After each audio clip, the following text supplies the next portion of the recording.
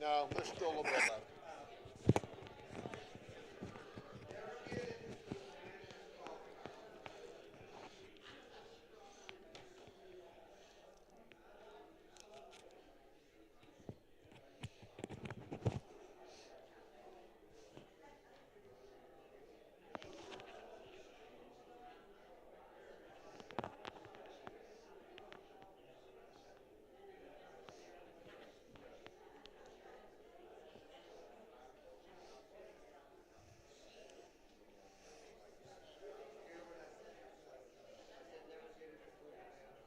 No.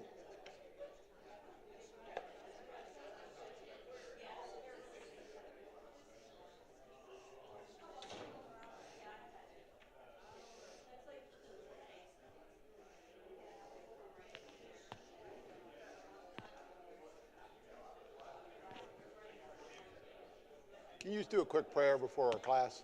Oh, yeah, sure. Thank you.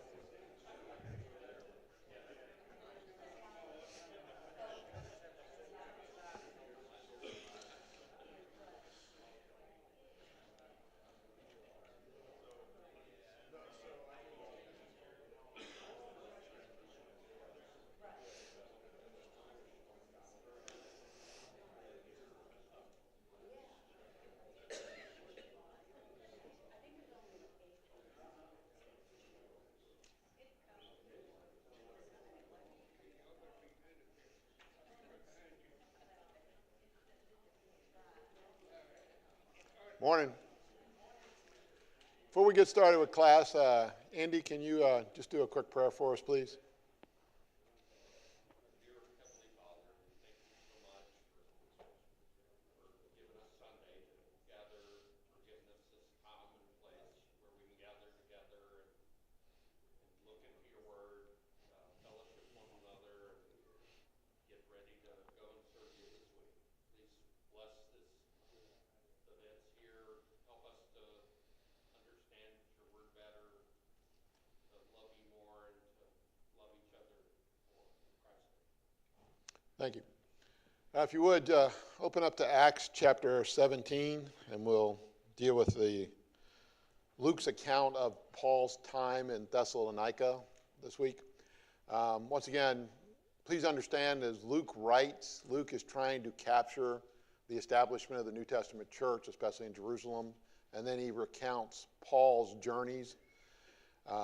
Luke is not trying to be the definitive timeline of everything that happens. So you always have to kind of take Luke's coverage and then add in the other writings we have to come up with a complete timeline. Real quick background, Paul and Silas are showing up in Thessalonica, which is a leading city in Macedonia. And as we talked about before, it's an economic center for the Roman Empire in that part of the Roman Empire. They are there because of the Macedonian call that Paul receives. And then, they go to Philippi first and come up against opposition and are taken and flogged and put in jail. And they leave the city with the understanding with the Philippian rulers that we have a problem. You have flogged us and you have punished us, and Silas and I are Roman citizens. You have a problem. So the leaders come and let Silas and Paul go, and Paul goes to see Lydia before he leaves town, but it's about 90 miles from Philippi to Thessalonica. It looks like Paul breaks it up into 3 segments as he goes from Philippi to Thessalonica. And as we start in chapter 17, we see that Paul immediately goes to the synagogue to start preaching. So starting in verse 1. When they had passed through, and I'm not going to try that. You got it. And they came to Thessalonica, where there was a Jewish synagogue. As was his custom, Paul went into the synagogue on 3 Sabbath days. He reasoned with them from the Scriptures, explaining and proving that Christ had to suffer and rise from the dead, that Jesus I am proclaiming to you is the Christ, he said. Some of the Jews were persuaded and joined Paul and Silas, as did a large number of God-fearing Greeks and not a few prominent women. So Paul does what he does when there's a synagogue where he's preaching. He goes there and takes advantage of his right as a Jew. But more importantly, Paul is known. He is, as I said last week, he is studied at the feet of Gamaliel. A similar thing would be if someone came to you, and if you've ever met these people, they do tell you, I went to Harvard. That's their credentials that Paul has. So he goes into the synagogue and he preaches. And it's interesting, the people that believe. It says a few Jews and some God-fearing Greeks. So these are Greeks who have converted to Judaism. And then prominent women. And once again, Paul has this group of women who he persuades as he goes from town to town. And as he is preaching the Messiah and this Jesus who is raised from the dead, he has some believers. But as is the case in pretty much every city that Paul goes to, the Jews have a problem. And once again, we've studied this before. The Messiah was supposed to do what for the Jews? Andy.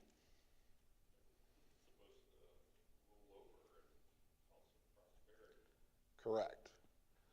The Jews viewed the Messiah as having an earthly reign and thus diminishing or destroying the Romans. This Jesus meets none of those criteria. So for the Jews in most of the cases, Paul does not persuade them because this isn't what they were promised. This Jesus who you're presenting to us is not who we were expecting. So going on.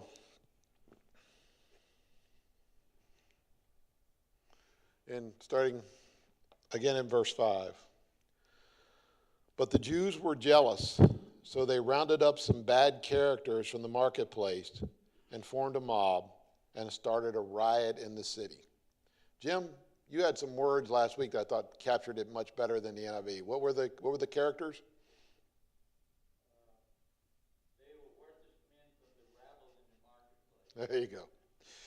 So the Jews, being these God-fearing, prominent people, are angry. So do they go get other Jews and reason with Paul? No. No, they find what we would call, as Jim says, lowlifes. And he starts the riot. Now, as we've talked about before, this is something the leaders of the city of Thessalonica will not tolerate. This city has its own governing structure that the Romans have allowed them to continue. And the one thing the Romans will not tolerate is a riot.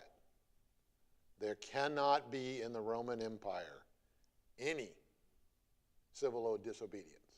If there is, they bring in the legions and the disobedience goes away in a harsh way. So as we keep reading,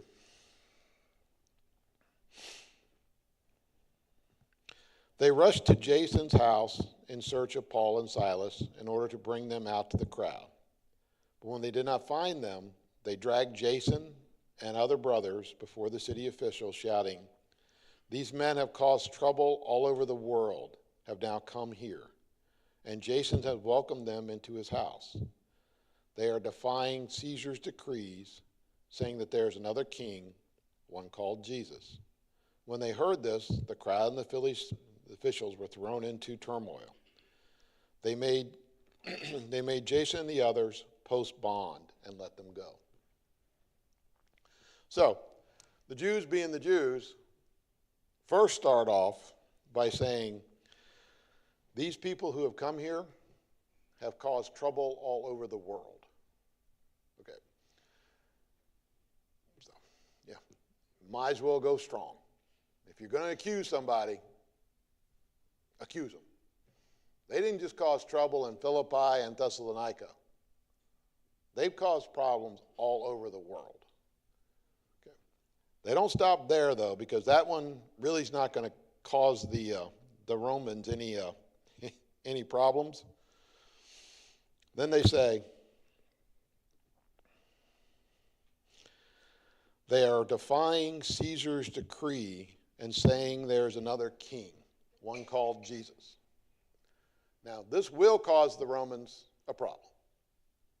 But you got to take a step back. What are the Jews looking for? The Messiah. And what is the Messiah? Another king whose goal it is to get rid of the Romans. So the Jews, as you can see, and this is a pattern that follows Paul during all of his missionary journeys, don't let facts get in their way. They don't like the New Testament teachings. And integrity and honest debate is not a part of their dialogue. They want the Christians destroyed at any means. We don't really know where Paul and Silas and Timothy are. We just know they're not at Jason's house. So, once again, the Thessalonican leaders know they can't publicly punish Paul and Silas. They know they've learned the lesson of Philippi. These two are Roman citizens. We have to be careful. Paul and Silas and Timothy are gone. Jason gets rounded up, but he's allowed to post bail, and off he goes. So with that, we kind of end Paul and Silas's and Timothy's brief stay in Thessalonica. I'm not going to cover this again. The account in Acts says 3 Sabbaths. That is probably not the extent of the time that was spent by Paul and Silas and Timothy in Thessalonica. I went through those verses last week. And if anybody wants these slides, I'm happy to send them to you. The slides pretty well detail that Paul and Silas and Timothy were there longer than 3 weeks. But once again, some dispute that, and I'll let you come to your own conclusion. I want to make sure we get the timeline right, because it's important as we get into the letter, the first letter to the Thessalonians, that we get the timeline right. Paul, Silas, and Timothy go to Berea. And that follows on in chapter 17. And the Bereans, are more, I like the way Luke writes it, they're more noble than the Thessalonians. They go to the synagogue, Paul preaches, and they actually take what Paul is preaching and they compare it to Scripture. And they're very, very diligent people. And it seems as though Paul has a receptive audience. But this doesn't last. Why? The Thessalonian Jews. They arrive in Berea, and Paul is run out again. Now, only Paul is run out. It says very clearly that Paul goes to Athens. As we read here in verse 14, the brothers immediately sent Paul to the coast, but Silas and Timothy stayed in Berea. The men who accompanied Paul brought him to Athens and then left with instructions for Silas and Timothy to join him as soon as possible. So Timothy and Silas stay behind in Berea. Paul is off to Athens. Now, if you just follow the account in Acts, the next time we see Silas and Timothy is in chapter 18 when they arrive in Corinth. Okay, so you've got Acts where Paul says upon leaving Berea, please come to Athens as soon as possible. Luke records in chapter 18 that Timothy and Silas meet Paul in Corinth. So you're left with a little bit of a, so did they not go to Athens? They most likely did. I think I got that wrong. I think it's 1 Thessalonians chapter 3. I have up there Timothy, but I don't believe that is correct. Let me look it up.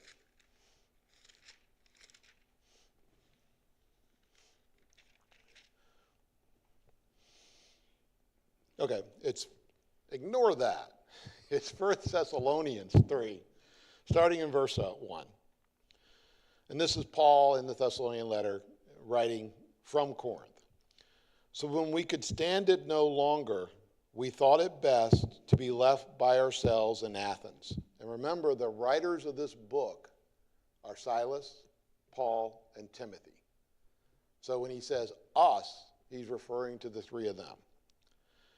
We sent Timothy, who is our brother and God's fellow worker in spreading the gospel of Christ, to strengthen and encourage you in your faith, so that no one would be unsettled by the trials. You know quite well we were destined for them. In fact, we were with you and kept telling you that you would be persecuted. So it's very clear that Paul is sending Timothy back from Athens. So once again, you all can read. There are some commentators who will give you a timeline that is really kind of hard to follow that says Luke is correct. Paul, Timothy, and Silas go straight from Berea to Corinth. It's so convoluted, I quit trying to understand it. I'm just going to take what Paul says here. Paul, Silas, and Timothy are in Athens. Paul is worried about the Thessalonian church and sends Timothy back. And that fits the whole chronology, that fits the way Paul writes the letter to the Thessalonians. So once again, you can read the commentaries on the people who want to make sure Acts is correct and that Luke was trying to cover all of history. I think that is really not, I think you're misunderstanding what Luke was trying to do in Acts. And the Bible doesn't support it, in my opinion. It's very clear from Paul's own writings that he sent Timothy back from Athens to Thessalonica. We don't know the extent of Timothy's stay in Thessalonica that time, but we know that he returns with a very positive report. If you go down to 1 Thessalonians chapter 3, and I probably kept that up as, ignore Timothy again.